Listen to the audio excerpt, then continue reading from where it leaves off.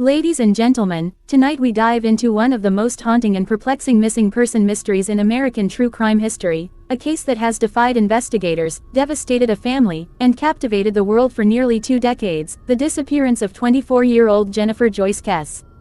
A young, ambitious, bright professional who vanished without a trace in Orlando, Florida, in January 2006, leaving behind a trail of clues so strange, so chilling, and so incomplete that the case feels almost frozen in time. This is not just a story about a crime, it is a story about a life on the rise, a sudden inexplicable disappearance, a mysterious unidentified figure caught on camera at the exact moment everything fell apart, and a desperate quest for truth that still has no ending. And as you listen, imagine for a moment how a vibrant, responsible, deeply loved woman could evaporate into thin air between the safety of her home and the routine of her workplace, a space measured in minutes, yet filled with shadows we still can't decipher. Jennifer Kesse was the kind of young woman whose future looked unmistakably bright, a 24-year-old financial analyst working for Central Florida Investments, educated, independent, freshly returned from a romantic vacation with her boyfriend Rob, excited about the next chapter of her life. Her family describes her as organized to the point of precision, someone who paid bills early, kept her apartment immaculate, and never missed work without notice. She lived in a newly converted condo at the Mosaic at Millenia, a stylish but still under construction residential complex located near upscale shopping centers. The buildings were modern, but many surrounding units were unoccupied, and construction workers, most of whom were not English-speaking and were never fully identified, moved in and out of the property at all hours. Jennifer had made casual comments to friends and family about feeling uneasy around some of these workers, as if they stared too long, as if she was being watched. But like many young professionals living alone, she brushed off the discomfort, believing it was just a part of city living. January 23, 2006, was entirely normal. Jennifer had just returned from a weekend trip to St. Croix with her boyfriend, feeling relaxed and content. They talked by phone that evening around 10 p.m., a completely ordinary conversation. She complained of being tired, happy to be home, and planning to sleep early so she could prepare for work the next morning. Nothing she said hinted at danger, fear, or unusual concerns. That phone call would be the last time anyone heard her voice. The next morning, Jennifer did not show up for work. Her coworkers immediately noticed because she was famously punctual and responsible. They tried calling her phone, no answer. They tried again, nothing. Her employer contacted her parents, Drew and Joyce Kesse, who instantly knew something was wrong. Jennifer was not the kind of person who woke up late, forgot obligations, or ignored calls.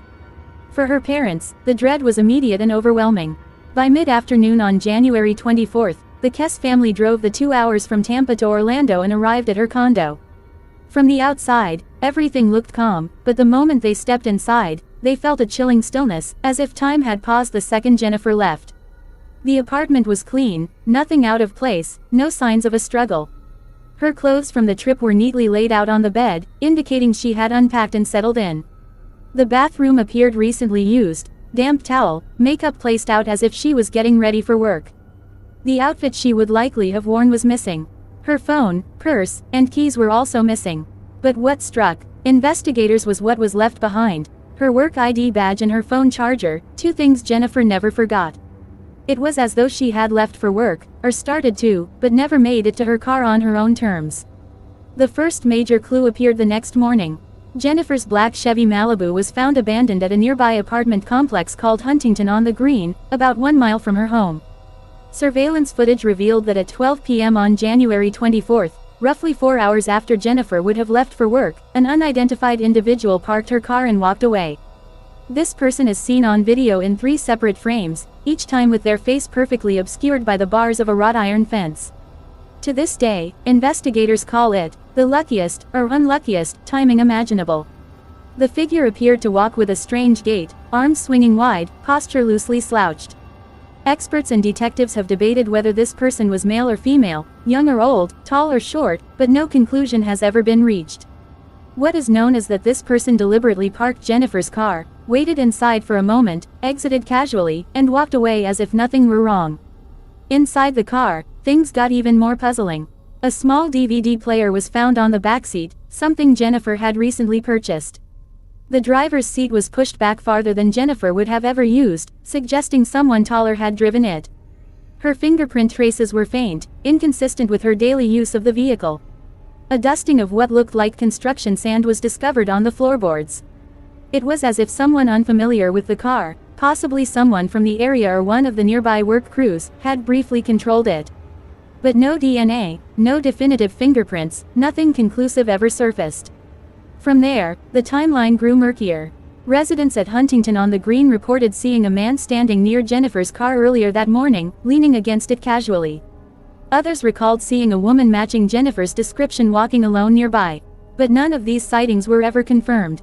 Investigators canvassed the area, interviewed dozens of residents, construction workers, maintenance staff, and anyone who had been present in the complex that day. Yet answers never emerged. Theories spiraled: abduction, targeted attack, crime of opportunity, someone she knew, someone she didn't know. Jennifer's disappearance seemed to have taken less than 60 seconds, likely in the apartment parking lot between her front door and her vehicle. That stretch of space, less than 20 steps, may hold the secrets the world has never recovered. As days became weeks, Jennifer's case spread across national media. Her family, refusing to wait idly, launched an aggressive, exhaustive search effort, distributing thousands of flyers, conducting ground searches, and hiring private investigators. They pushed the Orlando police relentlessly, but early investigative delays, including the mishandling of key evidence and late forensic processing, allowed precious time to slip away. Jennifer's parents have said repeatedly that they believe she was taken against her will in a fast, efficient manner by someone who knew the area well and had a plan. Perhaps someone working or living in proximity. Someone who watched her. Someone who waited for the right moment. Over time, disturbing details surfaced. Many of the construction workers in Jennifer's building were undocumented and never properly vetted. Several were fired and vanished before they could be interviewed. Some workers reportedly made uncomfortable comments to Jennifer. One of her friends later said Jennifer told her she felt uneasy walking from her car to her condo because of the constant stares. These statements suddenly felt far more sinister after she disappeared, yet none provided a direct lead. Her boyfriend Rob was in another state at the time, with confirmed alibis. Her ex-boyfriend was questioned and cleared. Co-workers and friends provided consistent statements, none raising concern. Everyone who knew Jennifer described her as someone who made safe choices, someone aware of her surroundings. And yet, in a matter of seconds, she was gone. Investigators eventually came to believe the most likely scenario was abduction by a stranger, someone who either approached her as she locked her door, forced her into another vehicle, or intercepted her before she could even reach her car. No signs of struggle were found, which could mean the confrontation happened swiftly and with complete surprise. Years passed, but Jennifer's family never gave up. In 2018, after years of frustration with the Orlando Police Department, her parents filed a lawsuit and gained access to the full investigative case file. They also hired private investigators who uncovered new potential leads, including previously overlooked witness statements and suspicious individuals living near Jennifer at the time. Some investigators believe Jennifer may have been kidnapped and trafficked, a theory her family reluctantly acknowledges as possible.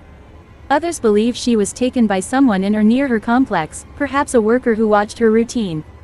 Every possibility remains open because no evidence conclusively closes any door. Jennifer Kesse's disappearance remains one of the most baffling mysteries of the 21st century. A responsible, intelligent young woman vanished between her front door and her car. Her vehicle reappeared with eerie, almost staged precision.